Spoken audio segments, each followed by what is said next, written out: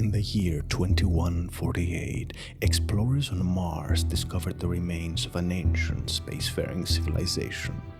In the decades that followed, these mysterious artifacts revealed startling new technologies, enabling travel to the further stars. The basis for this incredible technology was a force that controlled the very fabric of space and time. They called it the greatest discovery in human history. The civilizations of the galaxy call it mass effect.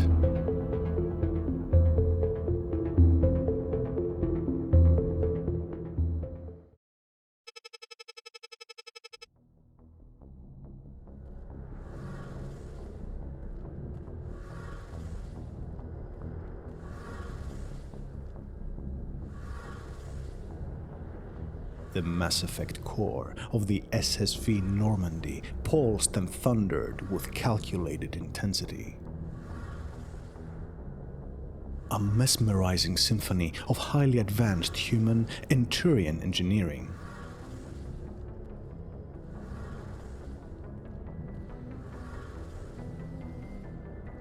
The vibrations rippled through the surrounding terminals, making the holographic data readings quiver in response.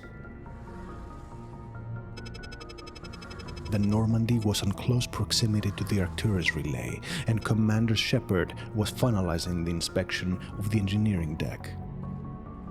The commander made his rounds throughout the ship, discovering that maybe the Normandy could definitely benefit from certain Turian weapon calibrations.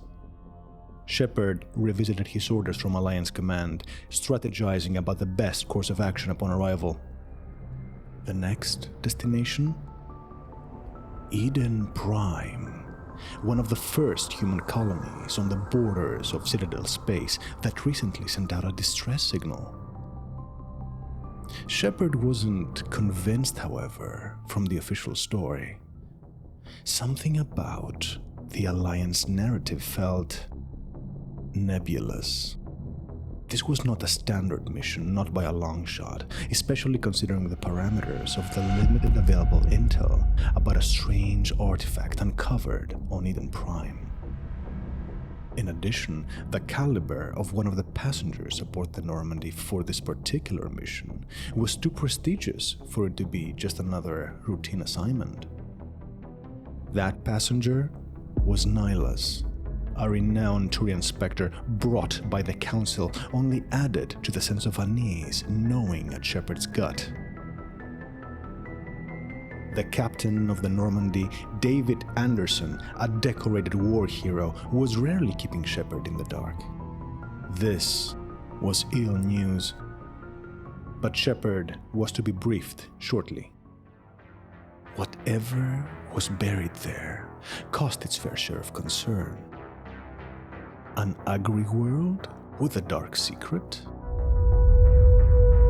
As it turned out, the unfortunate human colonists of Eden Prime would receive a visit from a powerful entity across the far stretches of the endless void, a corrupting force of reckoning from long-forgotten Aeons, accompanied by an indoctrinated general and an army of synthetics that overrun both civilian and military targets, wreaking chaos and destruction across the surface. The fortunate colonists were those that fell in the first waves of the attack. Those that were captured, however, suffered a most gruesome fate.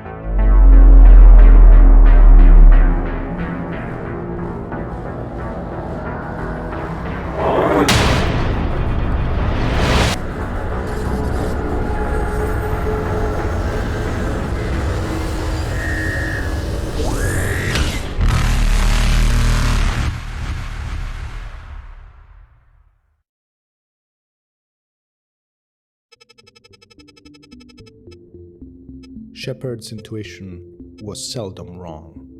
Something unnatural was underway. The commander tried to dispel the thought. All objectives from Alliance Command must be met, despite the lack of intel. The commander made his way through familiar corridors, reaching the Normandy's bridge. He left the hum of the engines behind him, and it was quickly met with a barrage of constant streams of lights and holographic data projections. As the Mass Effect narrative unfolds, Shepard's unease and concern in various situations becomes quite palpable, reflecting the gravity of the increasingly important missions in which he finds himself entangled. This trait, among many others, makes him quite relatable in the eyes of his team. He's not a know-it-all leader, but rather acknowledges any ignorance with humility and eagerness to learn and adapt. With engineering, personnel, and navigation stations all accounted for, Shepard proceeded to the armory for one final inspection and to gear up for the upcoming mission.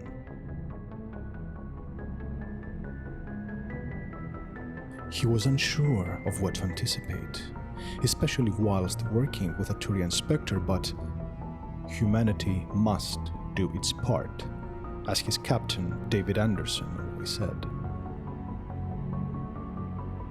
Lieutenant Moreau's voice echoed throughout the ship, alerting all crew to man their stations. The final approach run towards the Arcturus Prime relay has begun. Lieutenant Moreau, nicknamed Joker by an instructor of his back at the academy, was one of the best pilots that the Alliance military had to offer, and an exceptional helmsman for the SSV Normandy.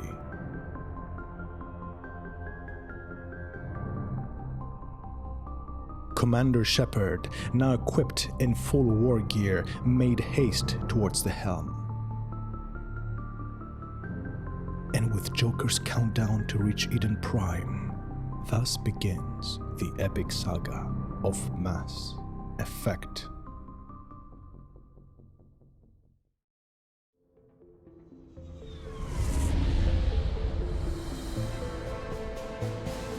The Arcturus Prime relay is in range. Initiating transmission sequence. Commander?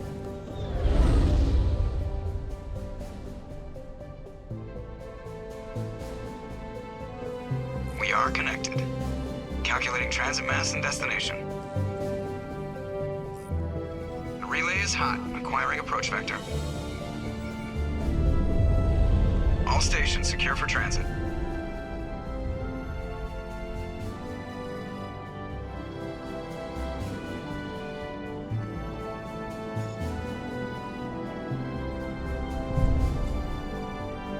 The board is green. Approach run has begun.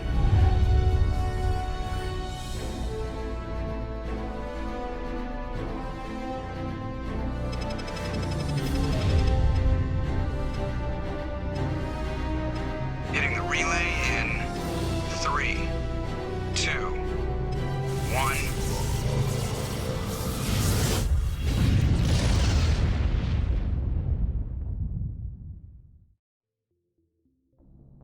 The roaring vibrations upon exiting the Mass Effect relay finally subsided, and the Normandy left Arcturus station behind it.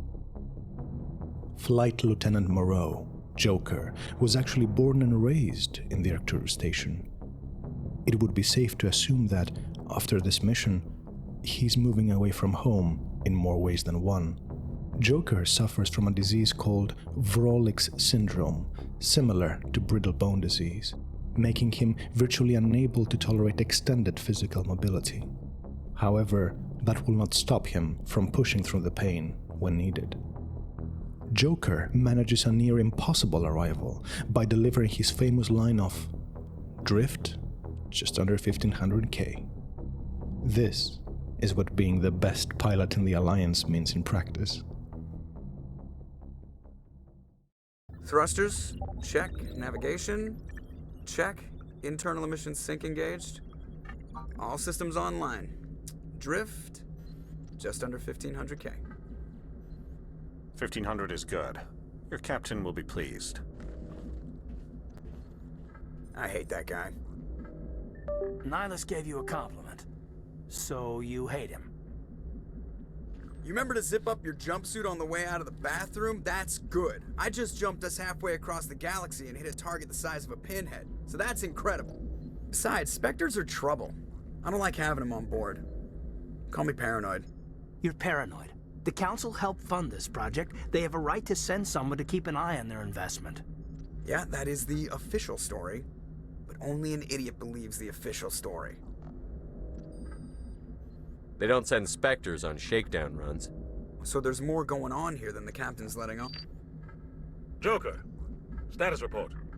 Just cleared the mass relay, Captain. Stealth systems engaged. Everything looks solid. Good. Find a comm buoy and link us into the network.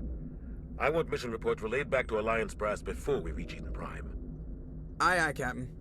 Better brace yourself, sir. I think Nihlus is headed your way. He's already here, Lieutenant. Tell Commander Shepard to meet me in the comm room for a debriefing. You get that, Commander? I'm on my way. Is it me or does the Captain always sound a little pissed off? Only when he's talking to you, Joker. Mass Effect veterans already know that Joker plays a vital part in the upcoming battles, manning the helm of the Normandy. On his right is Staff Lieutenant Kaidan Alenco, a Systems Alliance officer and head of the Normandy's Marine detail. He's also a powerful biotic, capable of manipulating dark energy, generating smaller Mass Effect fields, and utilizing telekinesis, protective barriers, and forced stasis to enemy forces. Kaidan suffers from certain debilitating health problems. This is due to his L2 biotic implants, which can cause pain spikes, extensive migraines, sensitivity to lights and noise, among many others. Kaidan is a loyal lieutenant with an unwavering commitment to duty. Although certain actions from Shepard force Kaidan to question his commanding officer's choices and posit some hard-hitting questions in the following years, his inquiries are not made out of defiance, but due to his moral compass and steadfast principles. Come to think of it, I believe that other than EDI in the later games, Kaidan is a pretty good counterpart for Joker in the cockpit, since he really does keep him grounded, pun intended. I'm interested in your opinion about this. Out of all the Mass Effect characters, who do you think is a good partner to not only confront, but also enhance Joker's sense of humor and have an amazing back and forth?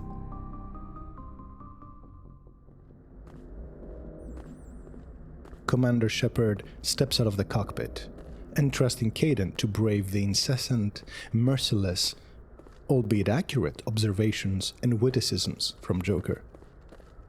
Shepard is greeted by the Navigator, sharing his thoughts. Congratulations, Commander. Looks like we had a smooth run. You heading down to see the captain? Sounds like you don't trust our Turian guest. Sorry, Commander. Just having a chat with Adams down at engineering. I didn't mean to cause any trouble. But you have to admit, something's odd about this mission. The whole crew feels it. You think the Alliance brass is holding out on us? If all we're supposed to do is test out the stealth system, why is Captain Andersson in charge? And then there's Nihlus. Spectres are elite operatives, top covert agents. Why send a Spectre, a Turian Spectre, on a shakedown run? It doesn't add up. I'll see if I can get some answers when I see him. Good luck, Commander. Although Shepard does not get to interact with Charles Presley a lot, he holds a vital role in the Normandy as the Navigator. He is usually found in the bridge, analyzing and assessing navigation data, charting new courses, planning and offering strategic situational analyses when needed. Although this is not explicitly shown in dialogue or any cutscenes, the Navigator holds a dark secret. A deep-rooted resentment towards the other races, the non-human ones during the first missions in Mass Effect 1. We can get this brief window into his thoughts, however, when accessing his personal logs in Mass Effect 2. Corporal Richard L. Jenkins was talking with Dr. Karen Chakwas and eagerly awaiting to steal, if possible, a few minutes with the commander and inquire about the upcoming mission. That kid, always at ease, even in the most formal military settings. I grew up on Eden Prime, Doc. It's not the kind of place Spectres visit. There's something Nihlus isn't telling us about this mission. That's crazy. The captain's in charge here. He wouldn't take orders from a Spectre. Not his choice, Doc. Spectres don't answer to anyone. They can do whatever they want, kill anyone who gets in their way. He's rather startled when his commanding officer arrives unnoticed behind him. This is not the first time that Shepard has caught the corporal slacking off on the bridge. Upon noticing his CO, Jenkins suddenly halts his conversation with the doctor. Eyebrows raised, fists closed tight, his body jolted upwards. He stood up straight, with his shoulders back, just like Shepard always urged him to do so, and saluted. What do you think, Commander? We won't be staying on Eden Prime too long, will we? I'm itching for some real action. I sincerely hope you're kidding, Corporal. Your real action usually ends with me patching up crew members in the infirmary. Only a fool goes looking for a fight, Corporal. Sorry, Commander, but this waiting's killing me. I've never been on a mission like this before, not one with a Spectre on board. What can you tell me about Nihlus? Turians are generally well respected by the other species. Their fleet has more patrols protecting Citadel space than any other. They don't always get on well with us, though. Some people find them too rigid. Others still blame them for the First Contact War. As for Nihlus, I haven't said more than 2 words to him. He usually only speaks to the captain.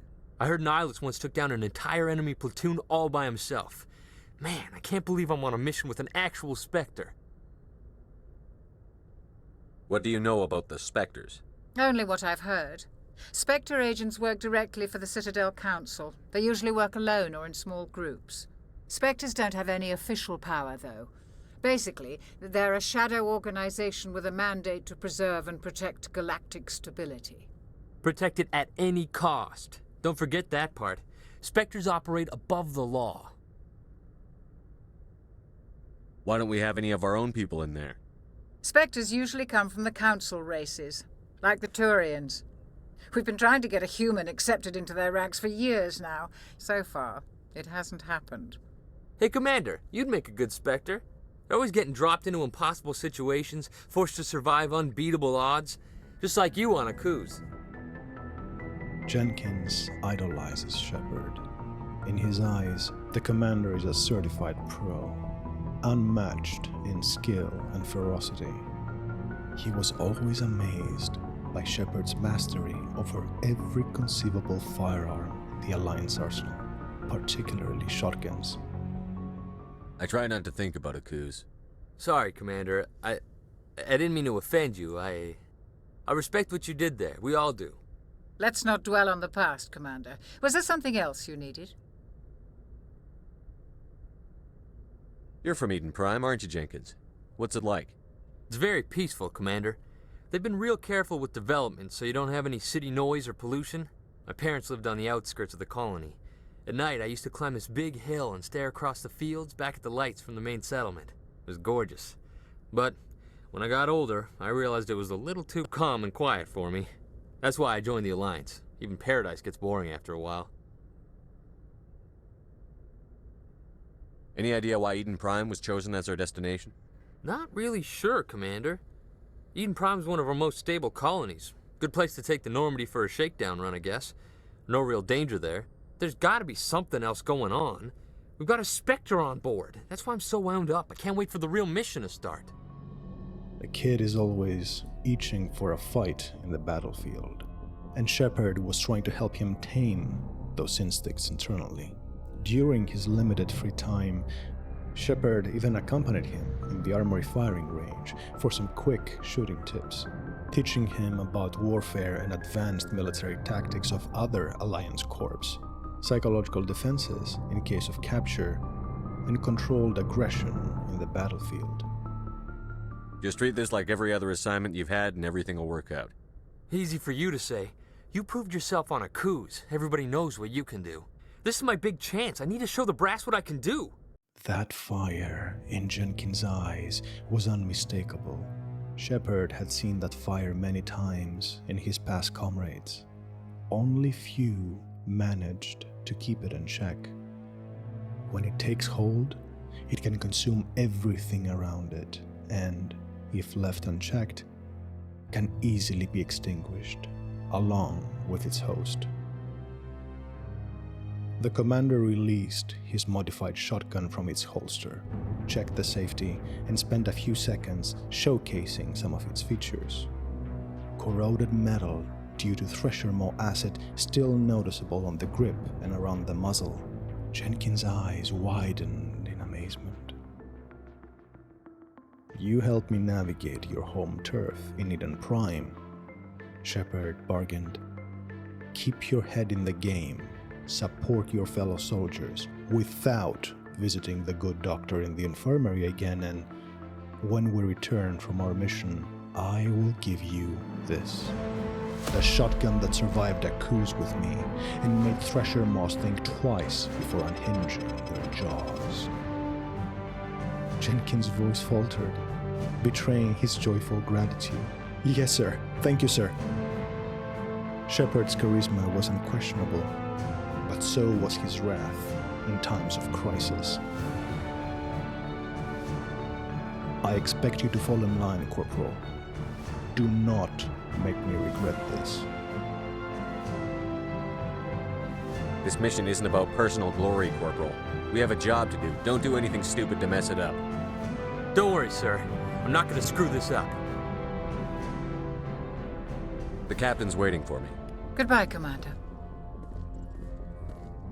The commander heads towards the briefing room to meet Captain Andersson and Nihlus.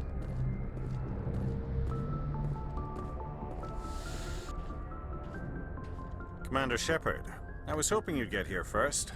It will give us a chance to talk. The captain said he'd meet me here. He's on his way. I'm interested in this world we're going to, Eden Prime. I've heard it's quite beautiful. They say it's a paradise.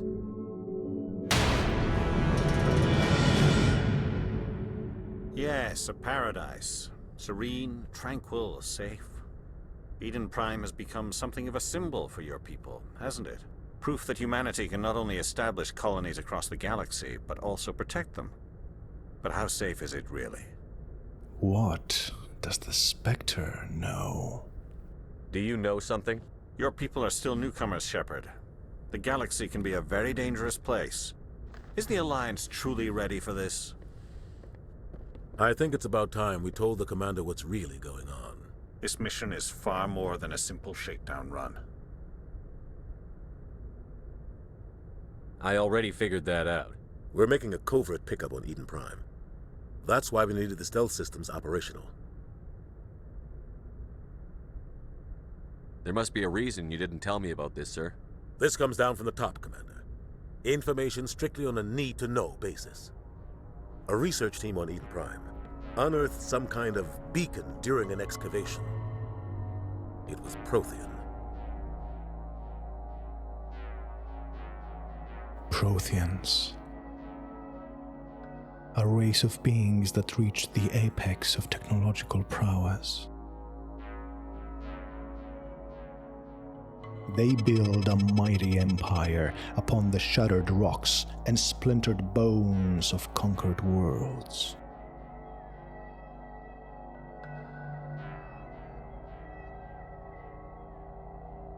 Fueled by secret knowledge passed on from another fallen race, the Inusanon.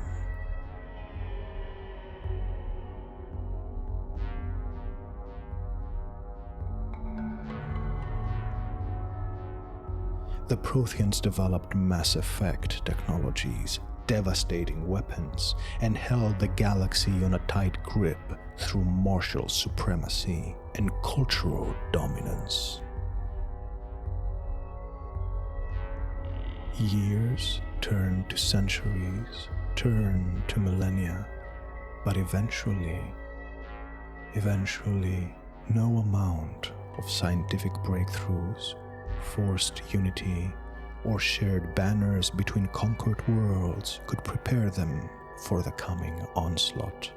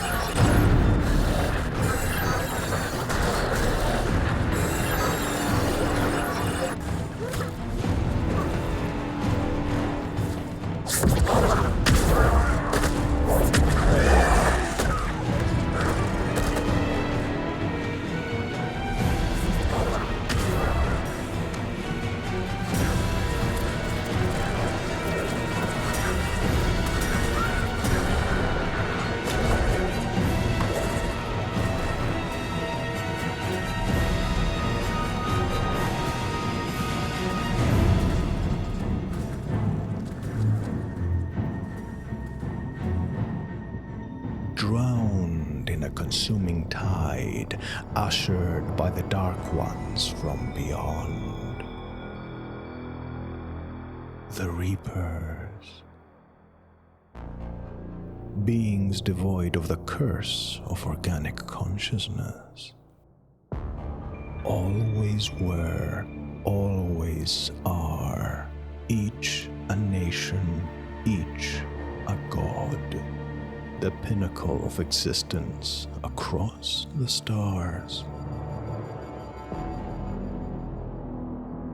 Thus, the Protheans went from conquerors to restless oblivion. Now, their few remaining artifacts, shouting muffled screams, warnings of total annihilation. Offering visions of a repeating prophecy, counting endless cycles. A prophecy of the dying of the light yet to come once more. As it always were, as it always will be. A grim reminder of the futility of organic existence, but perhaps a tool, perhaps a weapon, for the ones that are willing to sacrifice everything to stem the tide of darkness.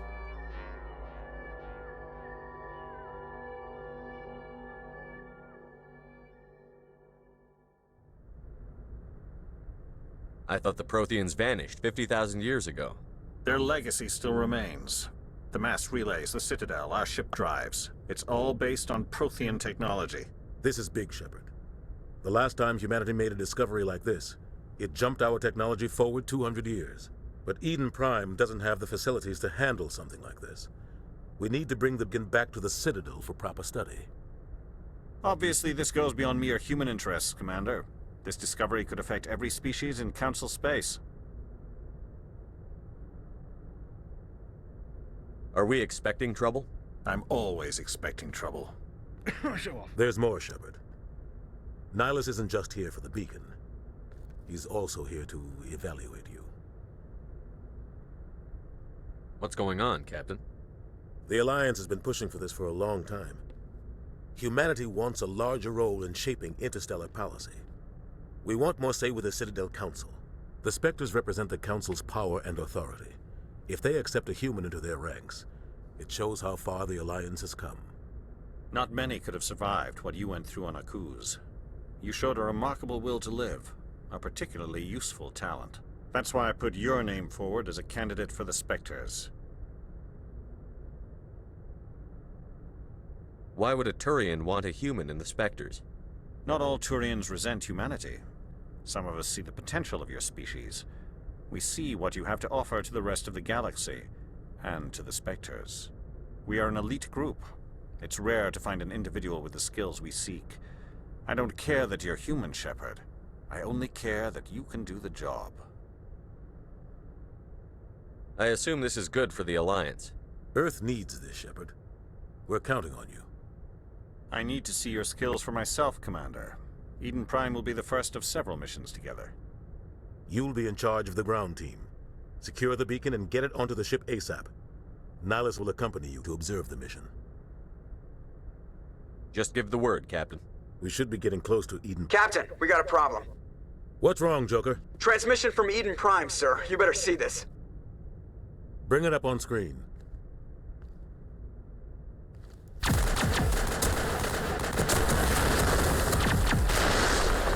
Get down!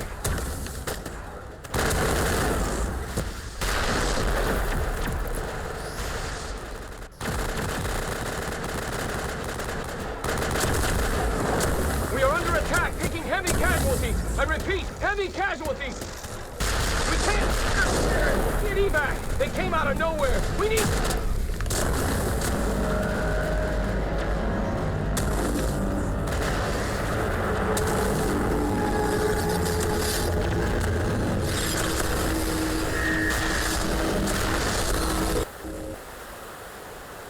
Everything cuts out after that. No comm traffic at all.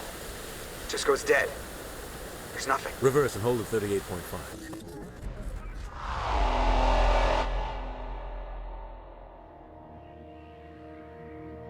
Behold, they bear witness to an event akin to the arrival of a god. An engine of insurmountable destruction. A herald of the great darkness that swallowed entire galaxies before and is bound to do so again. Status report. 17 minutes out, Captain. No other Alliance ships in the area. Take us in, Joker, fast and quiet. This mission just got a lot more complicated. A small strike team can move quickly, without drawing attention. It's our best chance to secure the beacon. Grab your gear and meet us in the cargo hold. Tell Alenco and Jenkins to suit up, Commander. You're going in. The image of the colossal warship burned into Shepard's mind. A behemoth from dark seas beyond, unfurling its massive mechanical appendages, poised to grasp yet another world in its suffocating grip.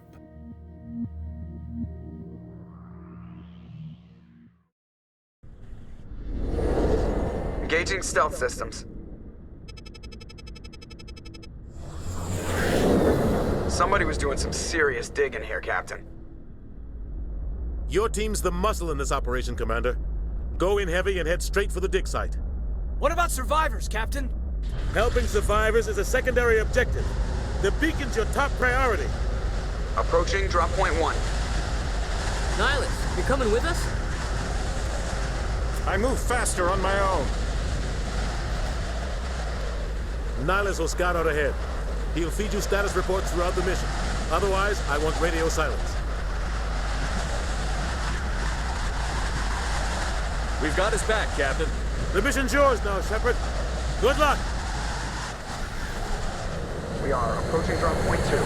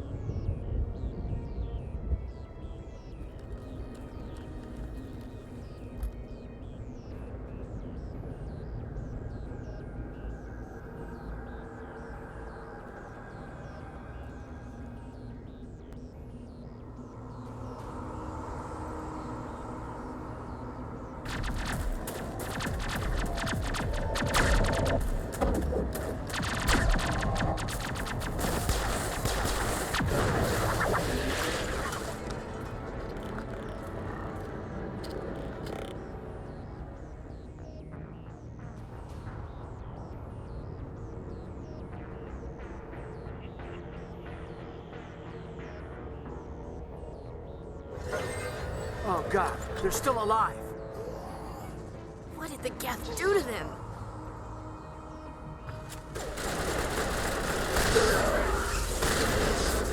Shields down.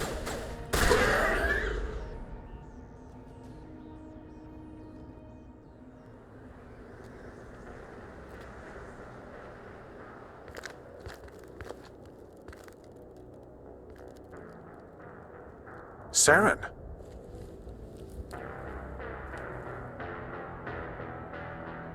Nihlus.